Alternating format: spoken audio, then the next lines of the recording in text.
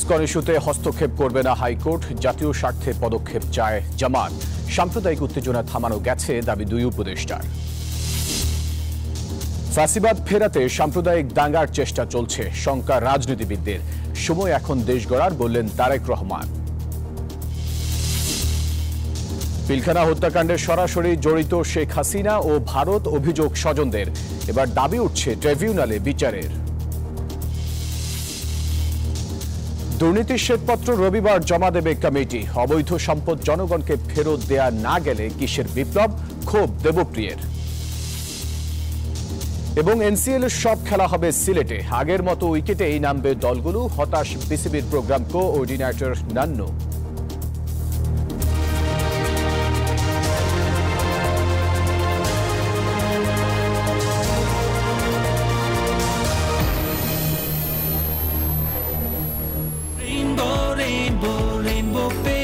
Rainbow Paints, the color of joy. দর্শক, স্বাগত news 24 সংবাদে। আর পুরো সংবাদে আপনাদের সাথে আছি আমি ফয়সাল মাহমুদ। দেখছিলেন সংবাদ শিরোনামগুলি। শব্দের আরেক নাম, একদম ইউনিক স্ট্রাকচারাল ডিজাইনের কসমিক ডোর। এর ওয়াল থিকনেস ও রিপ থিকনেস বেশি থাকা, থেকে 50 বছরেরও বেশি। কসমিক ডোর, নিশ্চিন্তে 50 বছর। এবারে পুরো খবর। ইসকন নিষিদ্ধের ব্যাপারে সিদ্ধান্ত নেবে সরকার, এ নিয়ে কোনো হস্তক্ষেপ করবে না হাইকোর্ট। আইনজীবী হত্যা ইস্যুতে এখন পর্যন্ত সরকারের নেওয়া পদক্ষেপে সন্তোষ প্রকাশ করেছেন হাইকোর্ট। এদিকে ইসকনকে নিষিদ্ধের দাবি ও আইনজীবী সুরক্ষা আইন প্রণয়নের দাবি জানিয়েছে আইনজীবীদের সংগঠনগুলো। ইসকন নিষিদ্ধের আবেদনের প্রেক্ষিতে হিন্দুত্ববাদী সংগঠন ইসকনের বিষয়ে সরকারের অবস্থান রাষ্ট্রপক্ষের কাছে বুধবার জানতে চান হাইকোর্ট। জানতে চাওয়া হয় চট্টগ্রামের আইনজীবী সাইফুল ইসলাম আলিফ হত্যাসহ সাম্প্রতিক বিষয়ে সরকারের অবস্থান নিয়েও। এরই প্রেক্ষিতে বৃহস্পতিবার রাষ্ট্রপক্ষের আইনজীবী আদালতকে জানান, আলিফ হত্যার ঘটনায় এরই মধ্যে 3টি মামলা করা হয়েছে। জড়িত সন্দেহে গ্রেপ্তার করা হয়েছে বেশ কয়েকজনকে। ইসকন ইস্যুতে সরকারের কঠোর অবস্থানের কথাও জানানো হয় আদালতকে। এ সময় উচ্চ আদালত বলেন, ইসকন নিষিদ্ধ হবে কিনা সেটি সরকারের নীতিগত সিদ্ধান্ত, এখানে আদালতের হস্তক্ষেপ করা ঠিক হবে না। আদেশটা ছিল যে ইসকন নিষিদ্ধ এবং আইন শৃঙ্খলা পরিস্থিতি নিয়ন্ত্রণ করার ব্যাপার, এটা উনি যেহেতু নিয়ন্ত্রণে আছে, এটা উনি রাষ্ট্রযন্ত্রকে ছেড়ে দিয়েছে। এ সময় আদালত আশা প্রকাশ করেন, দেশের মানুষ সাম্প্রতিক সম্প্রীতি নিয়েই বসবাস করছে, সামনেও করবে। আমি এখানে দাঁড়িয়ে একটা দেশের বিরুদ্ধে কথা বললাম, তার মানে এই নয় যে ওই দেশ আমাদের সাথে কূটনৈতিক সম্পর্ক বা আমাদের বন্ধুত্বপূর্ণ সম্পর্ক ছিন্ন করবে। এদিকে আইনজীবী সুরক্ষা আইন প্রণয়ন ও ইসকনকে নিষিদ্ধের দাবি জানিয়েছে বাংলাদেশ সুপ্রিম কোর্ট আইনজীবী সমিতি। চট্টগ্রামে আইনজীবী সাইফুল ইসলাম আলিফ হত্যার তীব্র নিন্দা জানান তারা। এই নৃশংস হত্যাকাণ্ডের সঙ্গে জড়িত ব্যক্তিদের বিরুদ্ধে সর্বোচ্চ গুরুত্ব দিয়ে আইনি ব্যবস্থা গ্রহণের জন্য সরকারের প্রতি বাংলাদেশ সুপ্রিম কোর্ট আইনজীবী সমিতি জোরালো দাবি জানাচ্ছে এবং সেই সাথে ইসকনকে নিষিদ্ধ করতেও জোরালো দাবি জানাচ্ছে। এছাড়া আইনজীবী সাইফুল ইসলাম আলিফ হত্যার বিচারের দাবিতে উচ্চ আদালতে মানববন্ধন করেছে বাংলাদেশ আইনজীবী অধিকার পরিষদ। তারাও ইসকনকে নিষিদ্ধের দাবি তোলেন। নাইম আলচিকো, নিউজ 24, ঢাকা। আলিফ হত্যার প্রতিবাদে চট্টগ্রামে আদালত বর্জন করে বিক্ষোভ করেছেন আইনজীবী ও শিক্ষার্থীরা। এই ঘটনায় পরিবারের দায়ের করা হত্যা মামলা সহ মোট 4টি মামলা হয়েছে, আর গ্রেফতার হয়েছে 33 জন। যাদেরকে গ্রেফতার করা হয়েছে তাদের রাজনৈতিক কোনো পরিচয় আছে কিনা তা খতিয়ে দেখছে প্রশাসন। আইনজীবী আলিফ হত্যার বিচারের দাবিতে দ্বিতীয় দিনের মতো আদালত বর্জন সহ নানা কর্মসূচি পালন করছেন চট্টগ্রামের আইনজীবীরা। প্রশাসনের কড়া পাহারার মধ্যেই উত্তাল আদালত প্রাঙ্গণ, স্থবির বিচার ব্যবস্থা। এর নৃশংস হত্যাকাণ্ডে আমরা আইনজীবী সমিতি গভীরভাবে মর্মাহত। আইনজীবী সংশ্লিষ্ট আদালত পাড়ায় যারা আছে সবাই মর্মাহত। তাদের বিরুদ্ধে একটা দৃষ্টান্তমূলক শাস্তি হোক, যাতে এরকম সম্প্রীতিবাদ নষ্ট না হয় দেশে। আদালত প্রাঙ্গণে মানববন্ধন করেছে বিভিন্ন বিশ্ববিদ্যালয়ের শিক্ষার্থী ও আইনজীবীরা। হত্যাকাণ্ডে পুলিশের গাফিলতি ছিল উল্লেখ করে পুলিশ কমিশনারের পদত্যাগের দাবি জানান তারা। এই জেলা প্রশাসক কার্যালয়ের সামনে পর্যাপ্ত পুলিশ, বিডিআর, আর্মি ছিল, তাদেরকে কেন ডাকা হয় নাই? আমি প্রশাসনকে অনুরোধ করব, ঊর্ধ্বতন কর্তৃপক্ষকে অনুরোধ করব, চট্টগ্রাম জেলা আইনজীবী সমিতির সভাপতি হিসেবে আপনারা তদন্ত করে প্রয়োজনীয় ব্যবস্থা গ্রহণ করবেন। আলিফ হত্যার ঘটনায় মামলা দায়ের করেছে নিহতের পরিবার। পুলিশের ওপর হামলায় মামলা হয়েছে আরও 3টি। গতকাল রাতেও আমাদের অভিযান পরিচালিত হয়েছে, সেখানে আমরা মোট 8 জনকে গ্রেপ্তার করেছি। ভিডিও ফুটেজ সেটা দেখে আমরা ইতিমধ্যে 7 জনকে শনাক্ত করেছি। তার মধ্যে অলরেডি ঘটনাস্থলে ছিল এরকম সুনির্দিষ্ট তথ্য প্রমাণ সহ আমরা 2 জনকে গ্রেপ্তার করেছি। আইনজীবী হত্যাকাণ্ডে জড়িতদের ভিডিও ফুটেজ দেখে গ্রেপ্তারের পাশাপাশি সন্ত্রাসী সংগঠন হিসেবে ইসকন নিষিদ্ধের দাবি ওঠে মানববন্ধন থেকে। Desk report, news 24। এই যে আমার ব্যাংক আরএফএল গ্যাস স্টোভ, এর সায়েন্টিফিক নজল আর ব্রাশ বার্নার তাপকে সমানভাবে ছড়িয়ে খরচ বাঁচায় 25%। আরএফএল গ্যাস স্টোভ নিরাপদ ও গ্যাস সাশ্রয়ী। 304 ফুড গ্রেড স্টেইনলেস স্টিলে তৈরি, যা নিশ্চিত করে জংবিহীন সিঙ্কের আজীবন নিশ্চয়তা। আরএফএল কিচেন সিঙ্ক, স্বাস্থ্যকর কিচেনের চিরস্থায়ী সমাধান। অনৈতিক কার্যক্রমের অভিযোগে চিন্ময় দাসকে অনেক আগেই স্থায়ী বহিষ্কার করা হয়েছে। তার কোনো কার্যক্রমের দায় ইসকন নেবে না বলে জানিয়েছেন ইসকনের সাধারণ সম্পাদক চারুচন্দ্র দাস ব্রহ্মচারী। রাজধানীর স্বামীবাগে সংবাদ সম্মেলনে চট্টগ্রামে এপিপি সাইফুল ইসলাম আলিফ খুনের ঘটনায় গভীর শোক জানিয়ে খুনে জড়িতদের বিচারের দাবি করা হয়। বলেন, দেশের সাম্প্রদায়িক সম্প্রীতি বিনষ্টের গভীর ষড়যন্ত্র চলছে। সাইফুল ইসলামের নৃশংস হত্যাকাণ্ডে ইসকন জড়িত নয় বলেও দাবি করেন তিনি। চট্টগ্রাম পৌর ভবনের সামনে সংঘটিত অনাকাঙ্ক্ষিত ঘটনাকে কেন্দ্র করে ইসকন বাংলাদেশকে অন্যায়ভাবে দায়ী করার অপচেষ্টা চলছে। আমরা স্পষ্টভাবে জানাতে চাই যে এই ধরনের ন্যাক্কারজনক ঘটনা এবং চলমান আন্দোলনের সঙ্গে ইসকন বাংলাদেশের কোনো ধরনের সম্পৃক্ততা নেই। শুধু ইসকন নয়, জাতীয় স্বার্থের বিরুদ্ধে যারাই যাবে তাদের বিরুদ্ধে পদক্ষেপ নিতে হবে। রাতে প্রধান উপদেষ্টার সাথে বৈঠক শেষে এমন মন্তব্য করেছেন জামায়াতে ইসলামীর আমির ডক্টর শফিকুর রহমান। সকল আলোচনায় আমরা একমত হয়েছি যে দেশবাসীকে সাথে নিয়েই দেশকে সামনের দিকে এগিয়ে নেওয়ার চেষ্টা করতে হবে। আর দেশের স্বার্থ বিরোধী কর্মকাণ্ডে যারাই জড়িত থাকবে তাদেরকে অবশ্যই আইনের আওতায় আনতে হবে। আইনের আওতায় এনে দেশকে শান্তি শৃঙ্খলা ফিরিয়ে দিতে হবে এবং এর জন্য প্রয়োজন হচ্ছে সর্বোচ্চ জাতীয় ঐক্য। দল মত ধর্ম ভিন্নতা থাকবে, এটা খুবই স্বাভাবিক, কিন্তু জাতীয় স্বার্থের জায়গাগুলোতে আমরা যেন সবাই একমত থাকতে পারি, ঐক্যবদ্ধ থাকতে পারি। আপনাদের মাধ্যমে আমরা সেই আহ্বান জানাই এবং আমরা সেখানে ওইটা তুলে ধরেছি। দেশের জনগণ ও রাজনৈতিক দলগুলো মিলে সাম্প্রদায়িক উত্তেজনা থামাতে পেরেছে, এমনটি মন্তব্য করেছেন অন্তর্বর্তী সরকারের 2 উপদেষ্টা।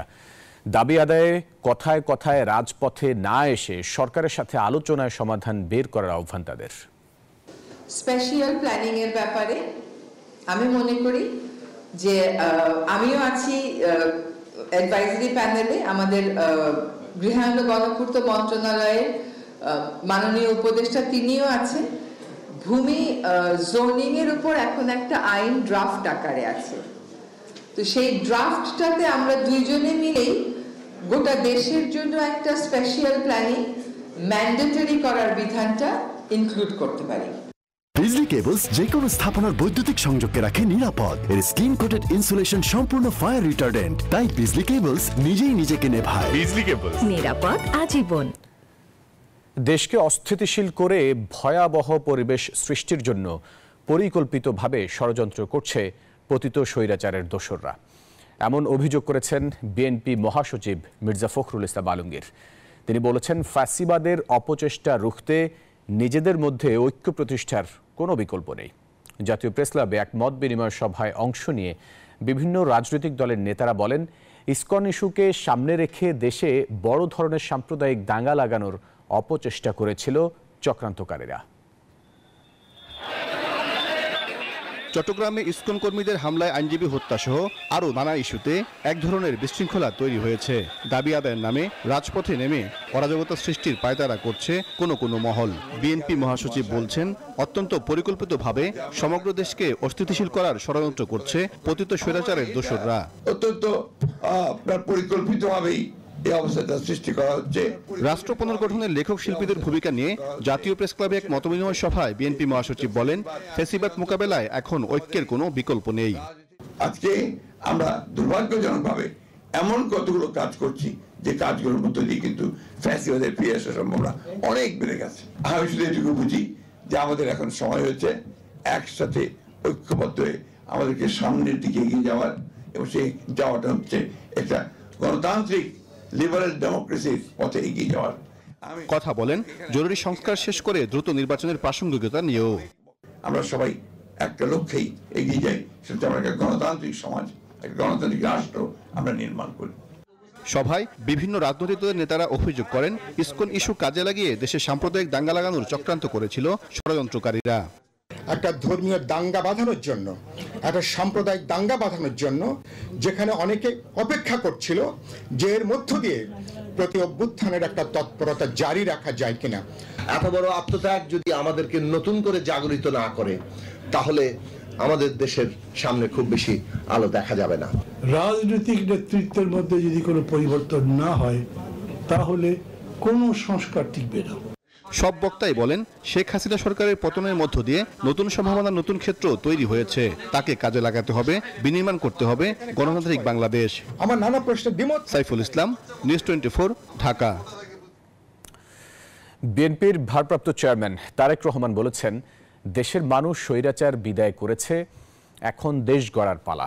লালমনিরহাটে শহীদ জিয়া স্মৃতি ফুটবল টুর্নামেন্টের ফাইনাল ম্যাচের আগে সমাপনী অনুষ্ঠানে তিনি আরও বলেন, বিএনপি ক্ষমতায় গেলে তরুণদের মধ্য থেকে দক্ষ খেলোয়াড় বাছাই করে তাদের উৎকর্ষতা সাধনের সুযোগ করে দেয়া হবে।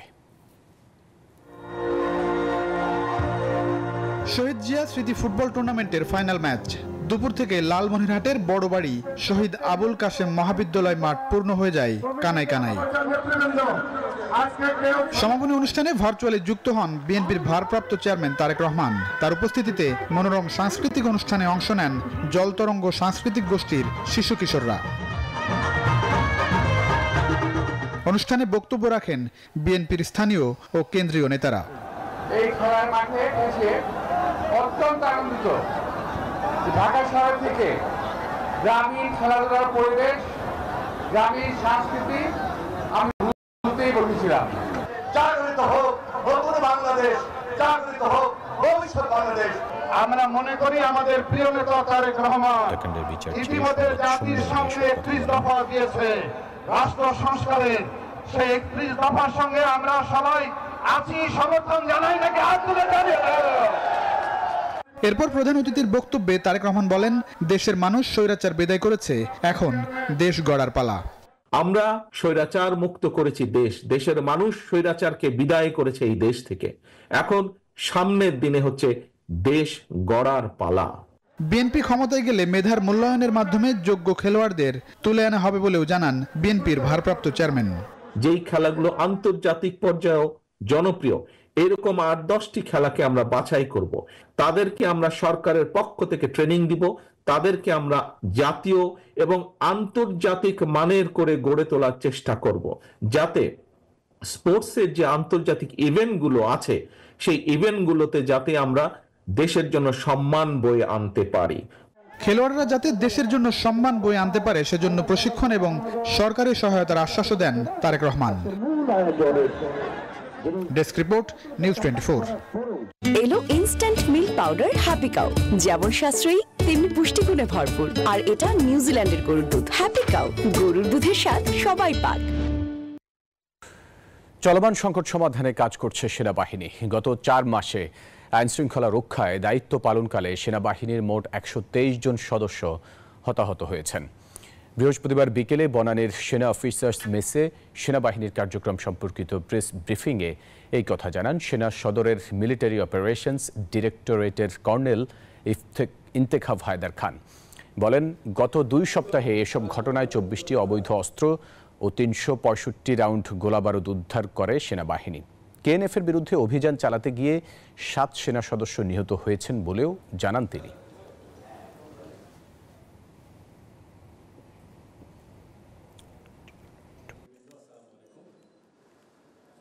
অবৈধ অস্ত্র এবং 365 রাউন্ড গোলাবারুদ উদ্ধার করেছে। দেশের বিভিন্ন শিল্পাঞ্চলে 40টি অস্থিতিশীল পরিস্থিতি এবং 18টি সড়ক অবরোধ নিয়ন্ত্রণে সক্রিয় ভূমিকা রেখেছে এবং কারখানাগুলোকে চালু রাখার জন্য মালিকপক্ষ, শ্রমিক পক্ষ, সংশ্লিষ্ট মন্ত্রণালয়, বিজিএমইএ সহ সংশ্লিষ্ট সকলের সমন্বয়ে পদক্ষেপ গ্রহণ করেছে। একটা বিরতির সময় হলো, সাথে থাকুন।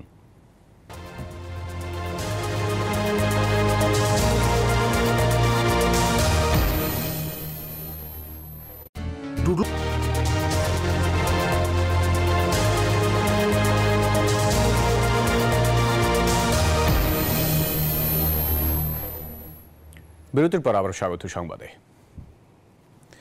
বৃহস্পতিবার মিরপুর সেনানিবাসে অনুষ্ঠিত হল সামরিক বাহিনী কমান্ড ও স্টাফ কলেজের ডিএসসিএসসি কোর্স 2024-এর গ্র্যাজুয়েশন সনদ বিতরণ। এ সময় গ্র্যাজুয়েশন করা অফিসারদের অভিনন্দন জানান সেনাবাহিনী প্রধান জেনারেল ওয়াকারুজ্জামান। তাদের এই কোর্সে অর্জিত প্রজ্ঞা, সংকল্প ও পরিকল্পনাকে জাতির অগ্রগতিতে কাজে লাগানোর পরামর্শ দেন তিনি।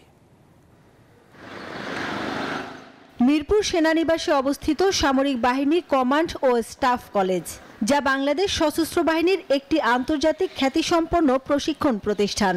সশস্ত্র বাহিনীর মধ্যম পর্যায়ের নির্বাচিত অফিসারদের কমান্ডার ও স্টাফ হিসেবে ভবিষ্যতে দায়িত্ব পালনে দক্ষ করে গড়ে তোলার জন্যই প্রতিষ্ঠানটি কাজ করছে। বৃহস্পতিবার অনুষ্ঠিত হল ডিএসসিএসসি কোর্স 2024-এর গ্র্যাজুয়েশন সনদ বিতরণ অনুষ্ঠান। এবছর কোর্সে অংশ নেন বাংলাদেশ সেনাবাহিনীর 141 জন, নৌবাহিনীর 40 জন, বিমান বাহিনীর 26 জন এবং পুলিশের 3 জন অফিসার। এছাড়াও চীন, Germany, Bharat, Indonesia, Kuwait, Pakistan, তুরস্ক সহ বিভিন্ন দেশের 57 জন অফিসার সহ মোট 267 জন প্রশিক্ষণার্থী অংশ নেন এবছর। After following this course, what I feel that I'm confident enough in my job, in my profession. I've loved the fact that the Bangladeshi armed forces embrace culture. সামরিক কর্মকর্তাদের কৌশলগত দক্ষতা বৃদ্ধিতে ও আন্তর্জাতিক সহযোগিতা উন্নয়নে এই কোর্সের ভূমিকা অনস্বীকার্য বলে জানান সেনাবাহিনী প্রধান general Wakeruzzaman. We not only celebrate the academic achievements of the graduating officers, but also acknowledge their responsibilities in serving the nation.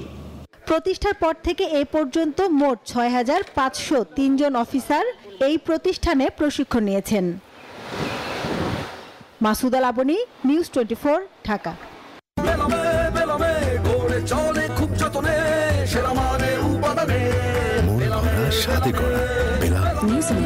Excellence in quality. দর্শক, বিডিআর বিদ্রোহের পেছনে ভারত ও সাবেক প্রধানমন্ত্রী শেখ হাসিনা সরাসরি জড়িত ছিলেন বলে অভিযোগ করেছেন শহীদ পরিবারের সদস্যরা। আগামী 2 সপ্তাহের মধ্যে বিচার চেয়ে আন্তর্জাতিক ট্রাইব্যুনালে অভিযোগ দায়ের করার কথাও জানান তারা। বৃহস্পতিবার রাজধানীর মহাখালীর রাওয়া ক্লাবে পিলখানা হত্যাকাণ্ডের বিচার চেয়ে সংবাদ সম্মেলনে এসব কথা বলেন শহীদ সেনা সদস্যদের স্বজনরা।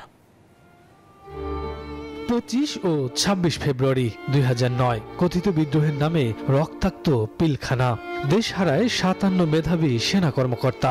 স্বজনদের অভিযোগ, নির্মম সেই হত্যাকাণ্ডের ঘটনাকে তখন ভিন্ন খাতে নেয়ার চেষ্টা করেছিল তৎকালীন আওয়ামী লীগ সরকার। বিচারের দাবিতে দীর্ঘ অপেক্ষায় অনেক স্বজনের শুকিয়ে গেছে চোখের জল। বৃহস্পতিবার রাজধানীর মহাখালীতে রাওয়া ক্লাবের সংবাদ সম্মেলনে বিচারের সেই দাবি আবারও তুলে ধরলেন শহীদদের স্বজনরা। তাদের অভিযোগ, তৎকালীন প্রধানমন্ত্রী শেখ হাসিনা ও ভারত সরাসরি এই হত্যাকাণ্ডে জড়িত। দেশপ্রেমিক চৌপ সেনা অফিসারকে শান্তভাবে পরিকল্পিতভাবে হত্যা করেছে স্বৈরাচারী খুনি শেখ হাসিনা ইন্ডিয়ার সরাসরি পরিকল্পনায়, রয়ের সরাসরি অংশগ্রহণের মাধ্যমে। 25 ফেব্রুয়ারির আগের দিন আমাদের কাছে কল আসে, মুখ খুলবেন না, কথা বলবেন না। মুখে আমাদের স্পষ্টে আর নয়, আর নয়। এখন আস্থার জায়গা আমরা পেয়েছি। প্লিজ যারা আছেন আমাদের আস্থাটাকে আপনারা ভাঙবেন না। তাদের অভিযোগ, 25-26 ফেব্রুয়ারি পিলখানা ট্র্যাজেডি নয়, সেটি ছিল সেনা কর্মকর্তা হত্যার মিশন, মানবতা বিরোধী অপরাধ। তাই বিচার দাবি নিয়ে এবার তারা যেতে চান আন্তর্জাতিক ট্রাইব্যুনালে।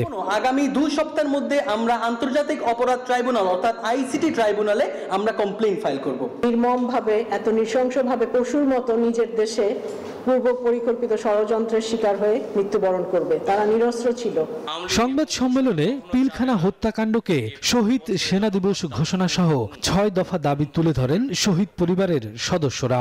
2025 সালের ফেব্রুয়ারি মাসে আগে 25শে ফেব্রুয়ারিকে শহীদ সেনা দিবস হিসাবে ঘোষণা করা হোক। শফিকুজ্জামান রুবেল, নিউজ 24, ঢাকা। সবই হবে বাসায় বসে। আইডিএলসি আমার ফাইন্যান্সিয়াল পার্টনার বলেই সেভিংস করতে পারছি ডিজিটালি। দুর্নীতি ও লুণ্ঠনের মাধ্যমে গড়ে ওঠা সম্পদ কেন বাজেয়াপ্ত করা হলো না, এই প্রশ্ন তুলেছেন অর্থনীতিবিদ দেবপ্রিয় ভট্টাচার্য। রাজধানীতে অর্থনীতি বিষয়ক সাংবাদিকদের সংগঠন ইআরএফ আয়োজিত এক সংলাপে এমন মন্তব্য করেন তিনি। সংলাপে বক্তারা বলেন, সামষ্টিক অর্থনীতির স্থিতিশীলতাই অন্তর্বর্তীকালীন সরকারের সংস্কার কার্যক্রমকে সফল করবে।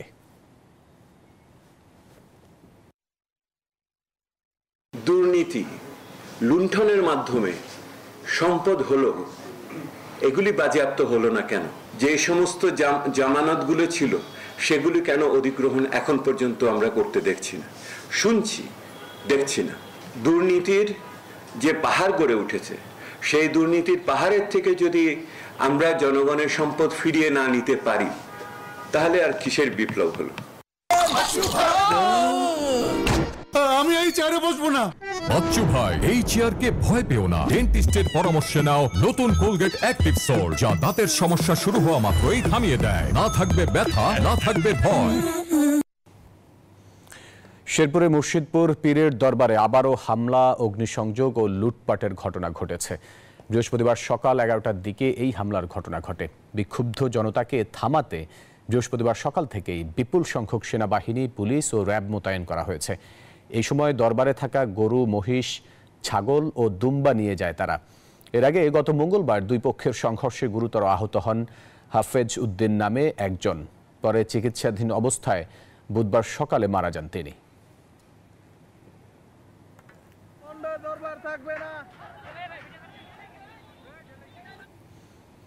এবার অর্থ বাণিজ্য সংবাদ।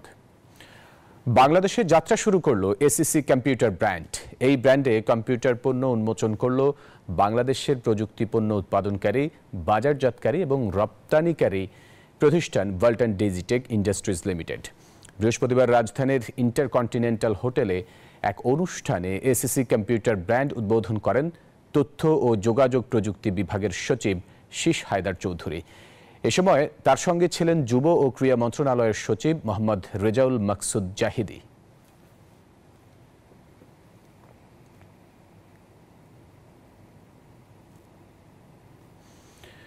এবার আন্তর্জাতিক প্রসঙ্গ।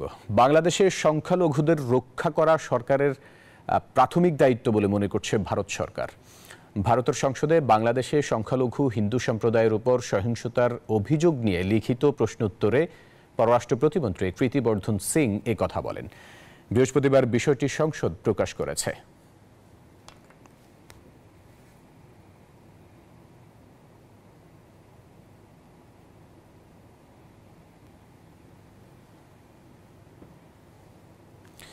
এবারে খেলার খবর। এবারের এনসিএল এর খেলা 3 ভেন্যুর বদলে শুধুমাত্র সিলেটে অনুষ্ঠিত হবে। খেলতে হবে আগের মতো উইকেটে। আর তাতে হতাশ বিসিবির প্রোগ্রাম কোঅর্ডিনেটর মিনহাজুল আবেদিন নান্নু। লাখ লাখ টাকা খরচ করে কদিন আগেই রাজধানীর 5 তারকা হোটেলে লোগো উন্মোচন করা হয় এনসিএল টি-20 লিগের, যে টুর্নামেন্ট ঘিরে ছিল নানান প্রত্যাশা ও পরিকল্পনা। শেষ পর্যন্ত সবকিছুই ভেস্তে যাচ্ছে। 3 ভেন্যুতে খেলা হওয়ার কথা থাকলেও হবে শুধু সিলেটে। পরিকল্পনার 50% বাস্তবায়ন হচ্ছে না। প্রথমত চেয়েছিলাম যে এই টুর্নামেন্টটাকে যাতে 3টা ভেন্যুতে খেলানো যায়, সিলেটে শুরু করে দেন চট্টগ্রামে হয়ে তারপরে মিরপুরে শেষ করা। ধরেন মাঠের একটা সমস্যা আছে, এই মাঠের সমস্যার জন্যই কিন্তু এই সমস্ত সমস্যাগুলো হচ্ছে। হোম অফ ক্রিকেটে হওয়ার কথা ছিল নকআউট পর্বের ম্যাচ, এছাড়া ফাইনালে হওয়ার কথা ছিল জমকালো আয়োজন। তবে বিপিএল এর উদ্বোধনী অনুষ্ঠানের কারণে নেই মিরপুর স্টেডিয়াম। এছাড়া মেয়েদের টি-20 সিরিজের কারণে ফ্রেশ উইকেটও পাওয়া যাবে না। প্রথম থেকেই স্কেজুয়াল করা ছিল আপনার 11 ডিসেম্বর শুরু হবে সিলেটে প্রথম পর্ব, ফার্স্ট রাউন্ডগুলি শেষ করে এক একটা টিমে 7টা করে ম্যাচ হবে। তারপরে কোয়ালিফায়ার এবং ফাইনাল ম্যাচটা ঢাকা হওয়ার কথা ছিল। তো আজকে শুনলাম যে এই জিনিসটা পুরো সম্পূর্ণ খেলায় সিলেটে শেষ করতে হবে। তো সেই হিসাবে ওই প্ল্যান করে আমরা আগাচ্ছি এখন, যে 11 তারিখ শুরু করে 24 তারিখ সিলেটে শেষ করে ফেলা। একটা উইকেটে 2টা ম্যাচ খেলে ফেলি। তো এই জন্য উইকেটে পরপর যদি আপনি 4টা ম্যাচ খেলে ফেললেন একটা উইকেটে 2 দিনে, স্ট্যান্ডার্ডটা কিন্তু ঠিক রাখা যায় না। নিয়মিত মিরপুরে অনুশীলন করছে তামিম ইকবাল। এনসিএলে তিনি খেলবেন 3 ম্যাচ, এর মধ্যে পাশ করেছেন fitness test. Imran Hossain, news 24, Dhaka. দর্শক, এই ছিল সংবাদের সাথে থাকায় ধন্যবাদ সবাইকে।